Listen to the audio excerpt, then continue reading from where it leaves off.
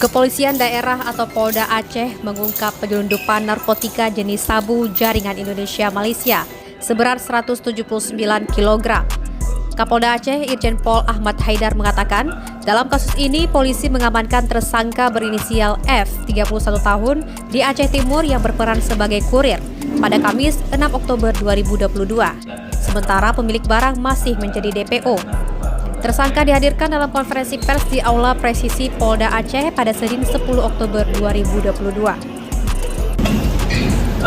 Untuk barang bukti yang dapat kami sita, alhamdulillah cukup banyak, yaitu jumlah 179 kilo.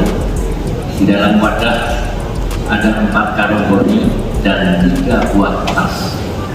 Ini ketika melakukan penangkapan. Pelaku diancam hukuman 20 tahun kurungan penjara dan maksimal hukuman mati. Nah ini lagi ke dalam.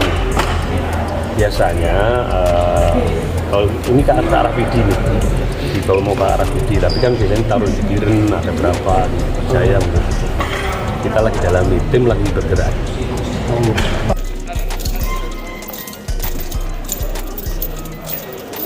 Cut Naufal melaporkan untuk Waspada Aceh.